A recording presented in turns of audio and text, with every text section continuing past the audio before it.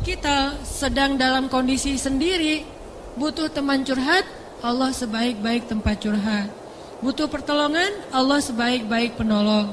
Butuh kebaikan, Allah memiliki segala kebaikan. Butuh jalan keluar, Allah lah yang satu-satunya yang punya jalan keluar dari semua kebuntuan hidup kita. Makin banyak masalah, makin dekat sama Allah. Gak apa-apa kalau kita ngerasa, saya mah gak pede dekat sama Allah. Kenapa? Saya banyak dosa. Kalau gitu dekat sama Allah sebagai pendosa. Gimana dekat sama Allah sebagai pendosa? Tadi, Rabbi zalamtu nafsi faghfirli. Ya Rabbi, saya menzalimi diri saya sendiri, maka ampunkanlah dosa saya. Deketin Allah dengan minta ampun. Gak pede datang ke Allah. Kenapa? Soalnya takut ngecewain Allah. Kan kita udah minta, nanti Allah ngasih. Udah gitu, namanya manusia kadang-kadang kalau udah selesai dari masalah, balik lagi dia. Jauh lagi dari Allah, lalai lagi, dosa lagi, kan suka gitu. Karena kita masih kayak ragu sama kemampuan kita. Saya bisa gak ya istiqomah? Saya bisa gak ya taubatan nasuha? Daripada nanti saya udah minta sama Allah, Allah tahu banget kalau saya tuh masih labil, kan gak enak. Udah gak apa-apa. Kita berbuat dosa, datang lagi sama Allah. Dosa lagi, datang lagi sama Allah. Kapan sih Allah pernah putus asa mengampuni dosa hambanya? Yang ada itu adalah hambanya putus asa minta ampun kepada Allah. Allah mah gak pernah putus asa. Gak ada kalimat satupun di Al-Quran dan hadis Allah bilang gini, saya gak akan ngampunin dosa kamu lagi. Kenapa? Udah 3 kali saya ampunin, kamu ulangi. Gak pernah Allah ngomong kayak gitu. Baik di Al-Quran gak pernah, di hadis gak ada. Baik hadis Nabi gak ada, hadis Qudsi juga gak ada. Gak ada cerita Allah itu ketika kita datang pertama, ya diampunin. Datang kedua, udah deh. Datang ketiga, ini terakhir ya. Allah gak pernah ngomong gitu kan.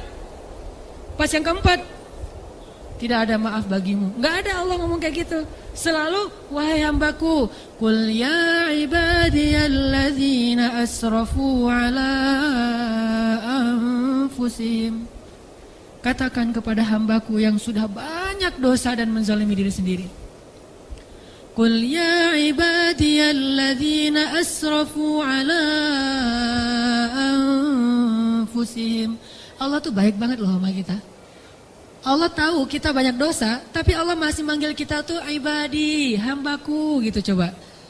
Itu panggilan lembut loh dari Allah. Allah kalau kasar panggil nama, ya Hanan, itu kasar tuh. Tapi ya ayah abdi itu lembut. Sama kayak Aisyah kalau marah sama Rasulullah manggilnya Muhammad. Aisyah, ini kata Aisyah sendiri, Aisyah radhiyallahu anha. Jadi kalau Aisyah manggil Rasulullah, ya Rasulullah, itu lagi enak tuh perasaannya, lagi moodnya lagi enak. Tapi kalau ya Muhammad, itu lagi marah. Tapi Rasul dipanggil Muhammad biasa-biasa aja ya. Kita mah kalau dipanggil nama, istri celaka nih, durhaka segala macam, keluar dalil. Nabi aja yang punya dalil gak pernah ngeluarin, kita yang gak punya dalil suka ngeluarin, kan aneh tuh.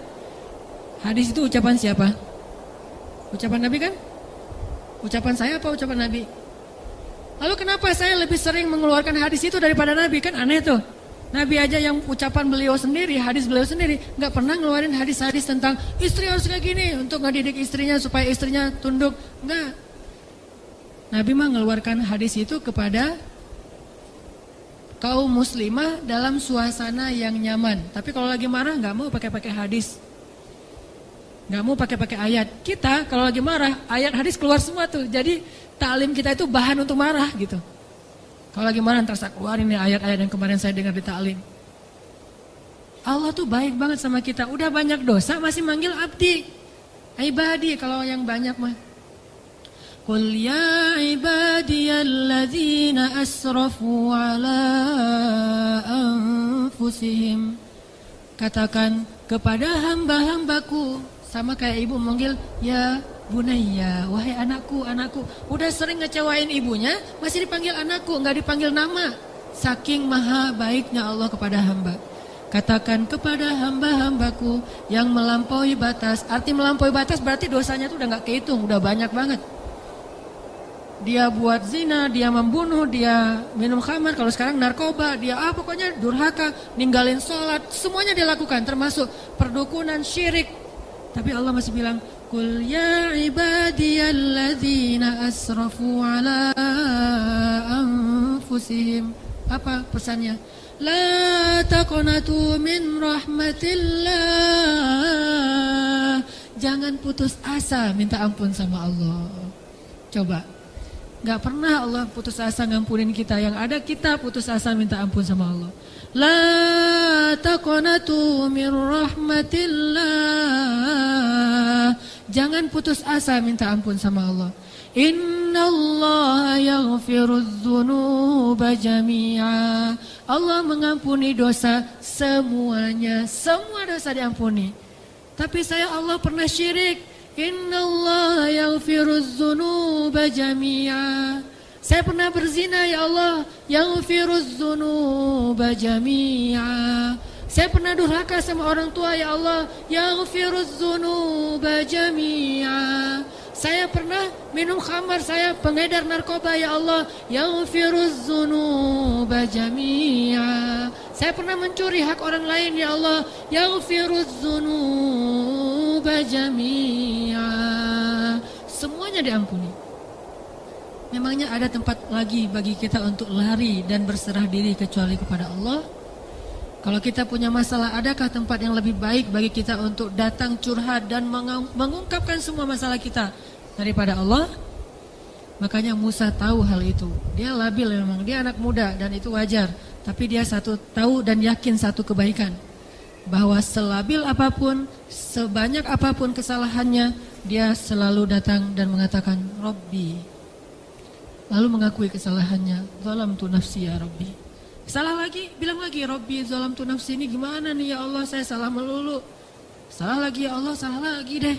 Salah lagi ya Allah, salah terus. Salah lagi ya Allah, tolong dong, saya pengen berubah. Terus aja gitu. Jangan datang kepada manusia, makin sering kita datang kepada manusia, kita makin rendah. Makin sering kita datang kepada Allah, kita makin tinggi. Datang lagi, gimana cara datangnya? Gak susah, datang sama Allah tuh gak perlu dicari. Gak ada cerita Allah lagi lowbat, gak ada. Kalau manusia kita japri, kita telepon lagi lowbat, dia gak akan. Atau lagi enak-enak telepon, tiba-tiba mati teleponnya. Gara-gara kita teleponnya pakai WhatsApp call. Jadi kalau ada masuk telepon yang keputus gitu kan nih, cari yang gratis. Kalau ke Allah mah gratis dan gak akan keputus. Call Allah mah gratis, tinggal gini doang nih. Jadi teleponnya nih, telapak tangan kita ini adalah gadgetnya. Gini nih. Tekan nomornya gimana? Tekan nomornya tuh tinggal ngomong, gak perlu ditekan-tekan. Ngomong aja, Robby, udah langsung terhubung tuh. Kan cepet banget. Kayak ada telepon gitu ya. Nama istri saya Sarah. Sekarang dia ada di atas. Saya kayak misalnya saya mau nelpon istri saya, terus saya nyalain handphone. Sarah, halo. Dia manggil saya Albi. Albi itu artinya kekasihku. Albi gitu kan. Ada gak telepon kayak gitu? Bisa gak? Ada ya, cuma jarang, saya juga nggak bisa nih, nggak tahu cara nyetelnya. Jadi kalau mau nelpon istri kita, istriku, langsung calling gitu, dan dia langsung ngangkat, nggak lama-lama. Kita nunggu lama kok nggak diangkat-angkat. Alasannya lagi, kenapa sih nggak diangkat-angkat? Maaf tadi lagi di kamar mandi, misalkan suka gitu tuh. Allah mah nggak ada cerita gituan.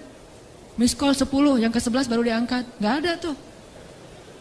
Allah mah nggak ada miss call, nggak ada disconnect, nggak ada sinyal jelek. Nggak ada habis pulsa, nggak ada kepotong sama call yang lebih berbayar mahal, nggak ada yang kayak gitu-gituan. Kalau Allah mah tinggal bilang, Robbi, ya abdi, labbaik ya abdi, aku terima apa yang kamu butuhkan ya abdi, sebutin gitu. Allah tuh gitu, cuma kitanya nggak mendengar dengan lisan, dengan telinga. Kita harus mendengar itu dengan hati kita. Kalau kita yakin, ana inda dhanni abdi bi, aku tergantung yakinnya hambaku, prasangka hambaku, gimana perasaan hambaku. Kalau kalian yakin aku mendengar dan mengijabah, aku pasti mendengar dan mengijabah. Kan gampang, Allah mah tergantung kita ya. Jadi jangan salahin Allah, Allah aja bilang tergantung kita. Kalau kita ngerasa doa kita gak diijabah, jangan salahin Allah, kok Allah gak ngijabah. Salahin diri kita, kenapa kita gak yakin Allah mengijabah. Yakin kok, kalau yakin ngapain dipertanyain. Kalau kita yakin jangan dipertanyakan. Karena Allah pasti tidak akan ngecewain hamba yang datang kepadanya.